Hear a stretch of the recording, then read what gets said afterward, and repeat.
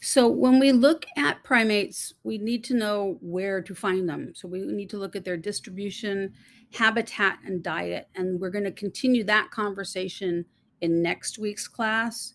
But for the most part, they're found throughout the tropics and subtropics. So tropical Africa, India, Southeast Asia, South and Central America, and north into Mexico are where you find primates. Um, in For the lemurs and the ii, those are only found on the island of Madagascar. That is their only location. And then the lorisoids, the lorises, galagos, and patos, some are found in Asia and some are found in Africa. And then the old world monkeys are found in Africa, and the apes are found in Africa. And of course, humans started in Africa and now are spread throughout the world. Primates are adapted to a very wide range of habitats. So you can find primates anywhere from the tropics to the savanna to the rainforest. There are some monkeys that live in the north of Japan where they've adapted to living where it snows in the winter. There are some monkeys that have adapted very well to living around humans. So you see some areas of India where they have monkeys who live right in the villages and go running through town and stealing people's food and things like that. So they're very successful. Primates are very successful at adapting to different environments. What do primates eat? So there is a list of dietary types on page 268. Most primates tend to be vegetarians. The bulk of their diet is going to be vegetable matter, except, of course, for the tarsiers that eat no vegetation. But most primates, non human primates, are considered to be vegetarians. But that doesn't cover exactly what they eat, because there are some that are called folivores. So they eat predominantly leaves. Then there are some that are frugivores, which means they eat predominantly fruits. Then there's gramivores. Gramivores eat grains. And then there's gumivores, which eat tree sap and tree gum. Then there are some that are predominantly insectivores. So they eat plant matter, but they mostly eat insects. And then there are some, like the tarsier, that are faunivores to one extent or another, that they eat animals. Okay. But many species eat more than one food class, depending on what's available during the year.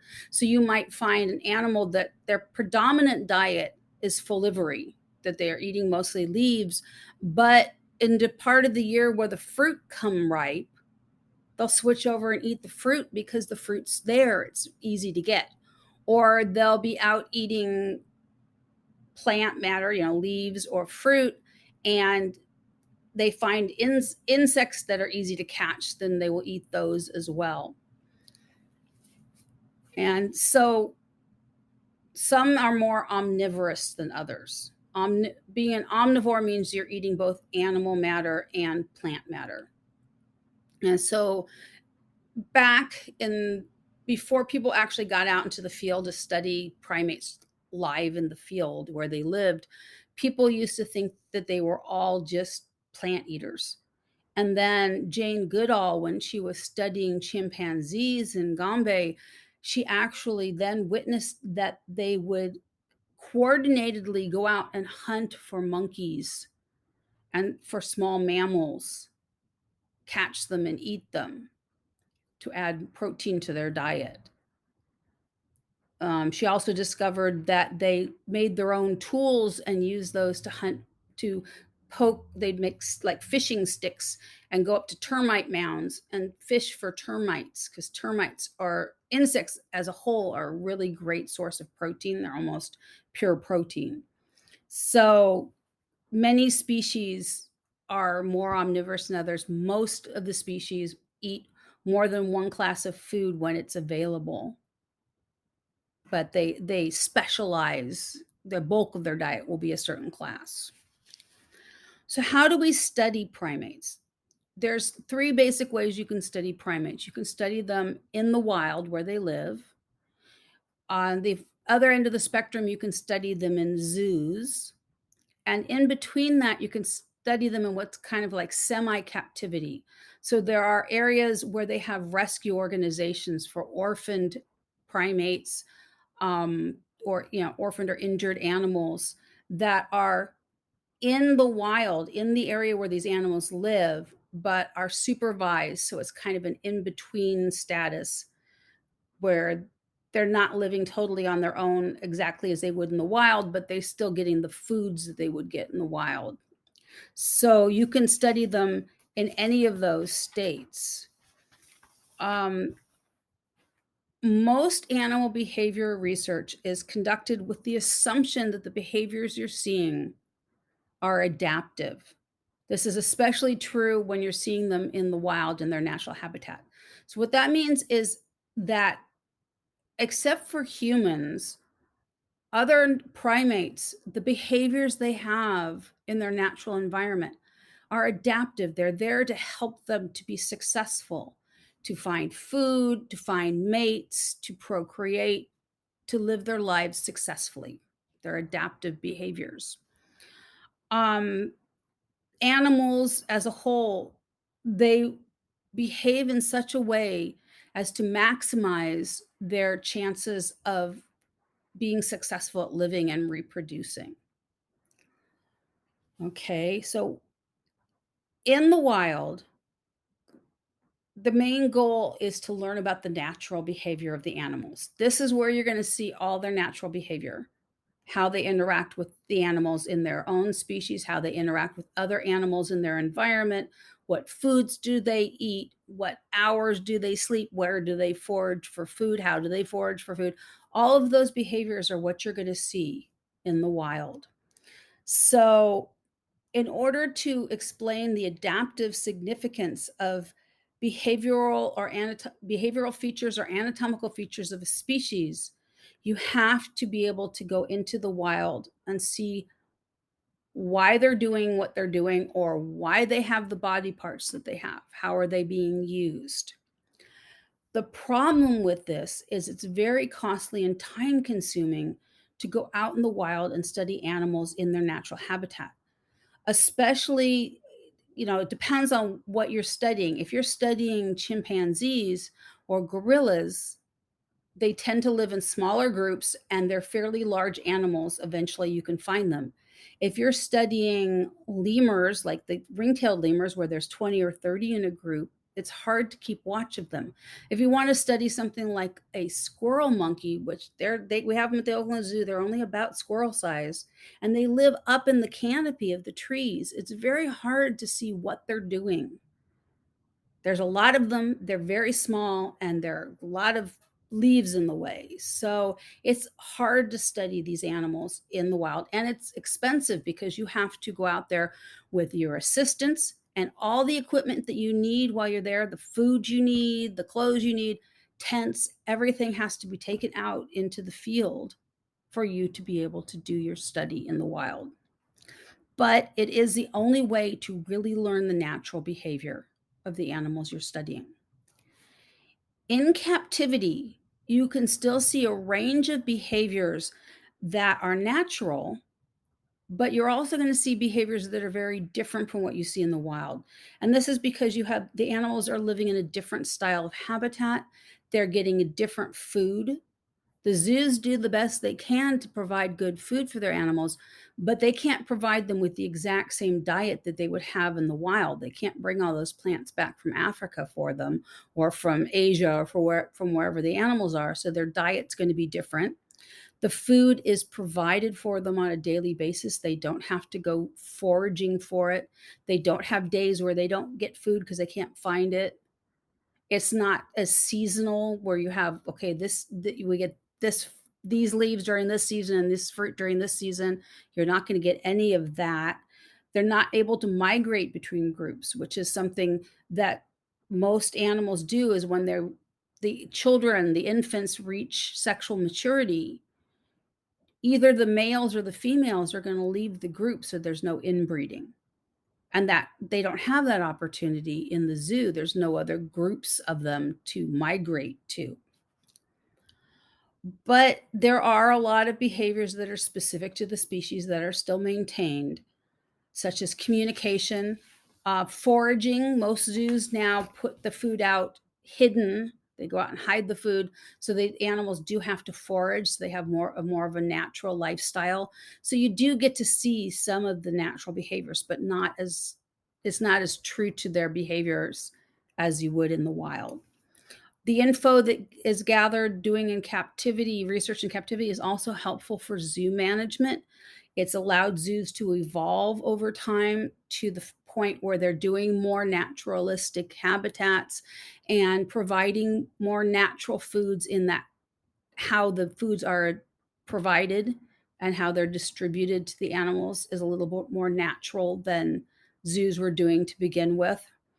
And how they provide enrichment for them and what size habitat they have. So that's all things that have changed over time, because if you look at the way especially the San Francisco Zoo, which was built, it was a WPA project in the 30s. Everything was cement. Everything was very small. The enclosures were designed for you to be able to see the animals really well. That was back then, that's what zoos were for. They didn't care about as much about the comfort of the animals as they cared about that the visiting people could see the animals. And so you had very small cement enclosures. And now they're moving to larger enclosures where there's more plants and rocks and things that the animals can move through. And sometimes you go to a zoo and you can't always see all the animals, but they're happier and they're living in a more natural environment for them.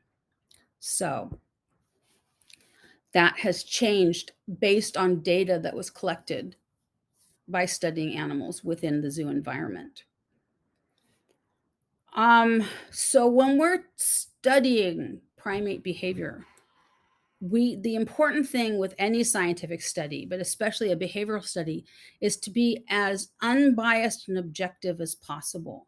You don't want to look at an animal and make an inference on its behavior based on like how you would feel if you were doing that, or what the facial gesture that they're making. Well, if a person made that gesture, it would mean this, but you have to realize that it doesn't always mean the same thing.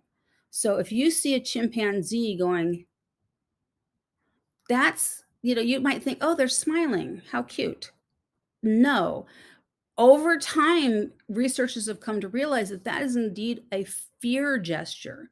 That's called a fear grimace. And that's what if they're scared, they will make that face.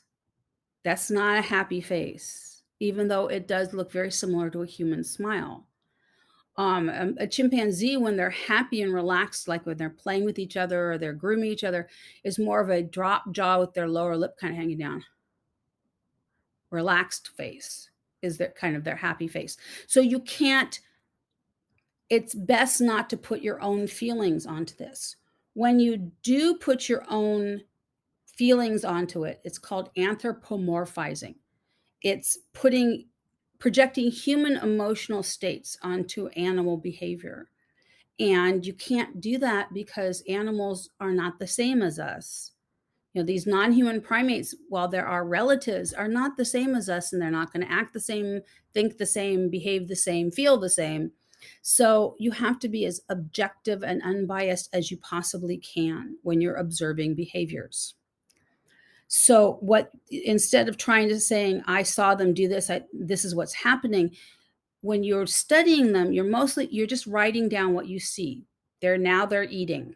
Now they're sleeping. Now the male is chasing this other male. Things like that. What are the feeding things, social things, locomotor behaviors? And what happens is the first researcher that goes into the field learns what these different behaviors are, and they will catalog them and through watching the animals be able to determine, are these affiliative behaviors, which are behaviors that bring the animals together. Are they aggressive behaviors? Are they play behaviors? Are they eating behaviors? And they will write them out, what you see, just what you see, and then maybe categorize them by what kind of behavior it is. And this is called an ethogram. And there is an example on table 10.1, page 269 in your book of what an ethogram looks like. So you would go, if you were working for somebody who was already studying them in the field, they might give you this ethogram and say, okay, go out and watch them for X number of hours and record these behaviors that I'm interested in. And you don't make any inferences about what the behaviors mean. You're just recording about whether the behaviors are happening or not. So the methodology that you use to study animals in the wild depends on who you're studying and what questions you're trying to answer. You choose a methodology that will capture the most representative sample of this behavior that you're interested in the most unbiased way possible. And when your observational technique that you use will depend on the species being studied, as well as the number of individuals in that you're trying to study and the study conditions. So the first type there's three common types that we talk about in your book. The first is called ad libitum sampling. This is the diary approach. It's kind of, you're sitting there watching the animals, writing down as much as possible everything that they do.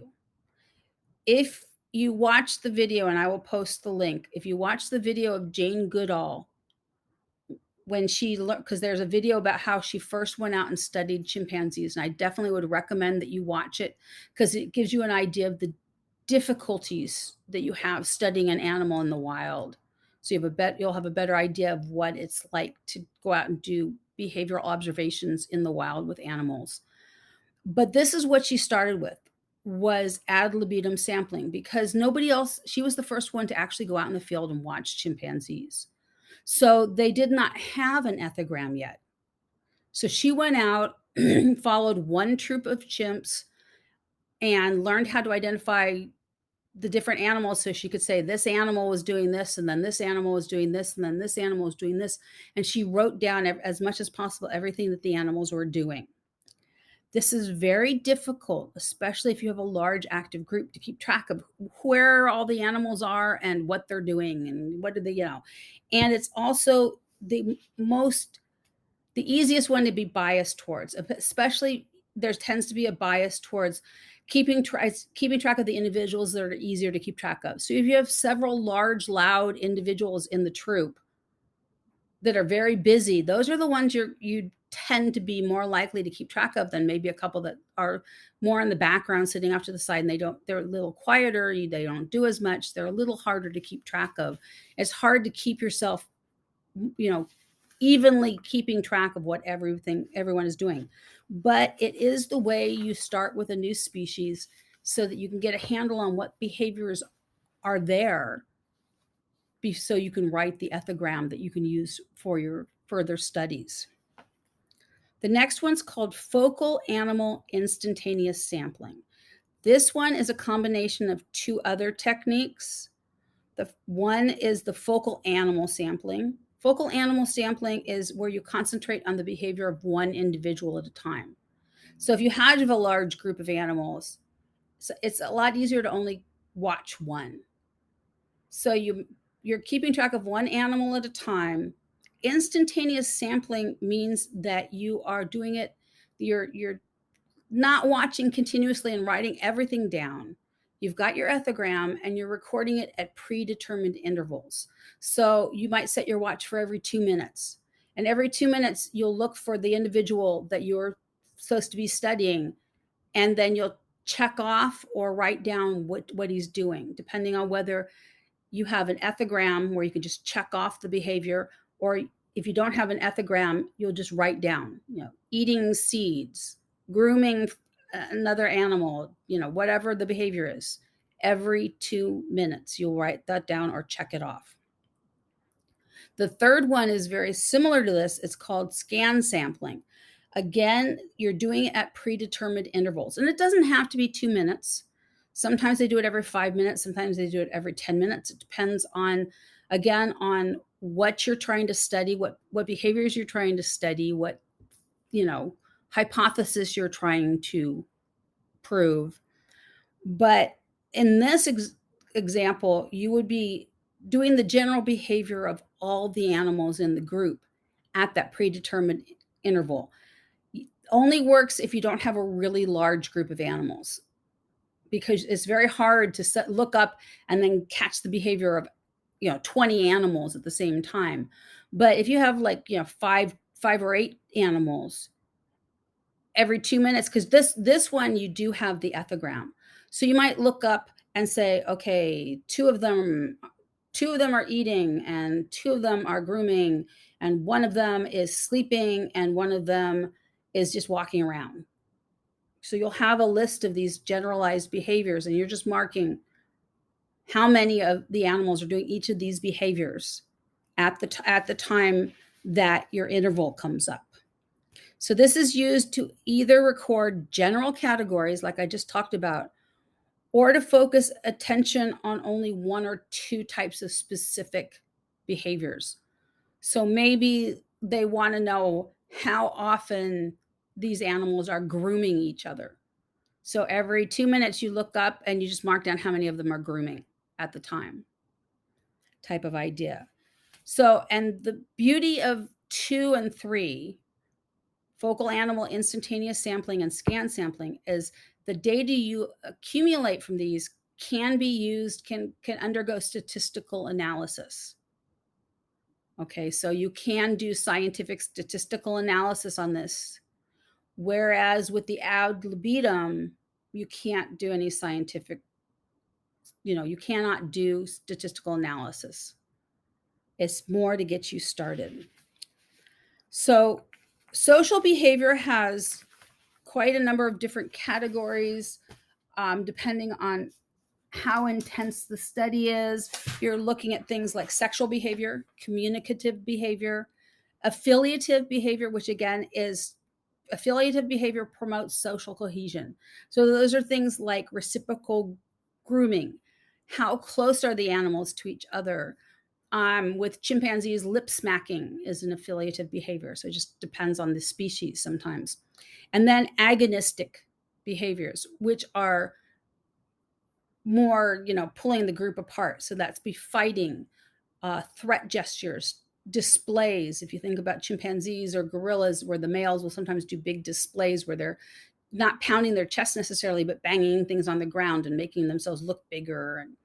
And open mouth threats. An open mouth threat, we are the only primate that show our canines to be nice to each other. If you are any other primate and you go, you're threatening the other animal because your canines are showing. It's like, I'm going to bite you. So that's a threat gesture in most primates. And then submissive gestures like the fear grimace are also gestures that you get. So that's today's lecture. The other thing that is opening up right now is your extra credit, if you feel that you need or want extra credit in the class. This assignment is worth 20 points, and there's 2 different ways that you can accomplish the assignment. The first is to go to the zoo, and it does not have to be the Oakland Zoo. There's the Oakland Zoo, the San Francisco Zoo, the Fresno Zoo, the Sacramento Zoo. There's a lot of zoos around. Go to the zoo and complete lab exercise 10.2, which is on pages 279 to 286, and turn it in. And you have till the end of the semester to do that. The other way you can complete the assignment is to watch the video that I have listed. There's a link for it in your assignment page. Watch the video, and in 3 to 5 pages, you need to summarize the video, discuss what new important discoveries were made, discuss which data collection the researcher used, and why you think that they used that method. So those are your 2 choices. The extra credit is in your Canvas under assignments. And if you have any questions about it, please feel free to let me know, in email or the inbox. And I will talk to you guys later. Have a good week.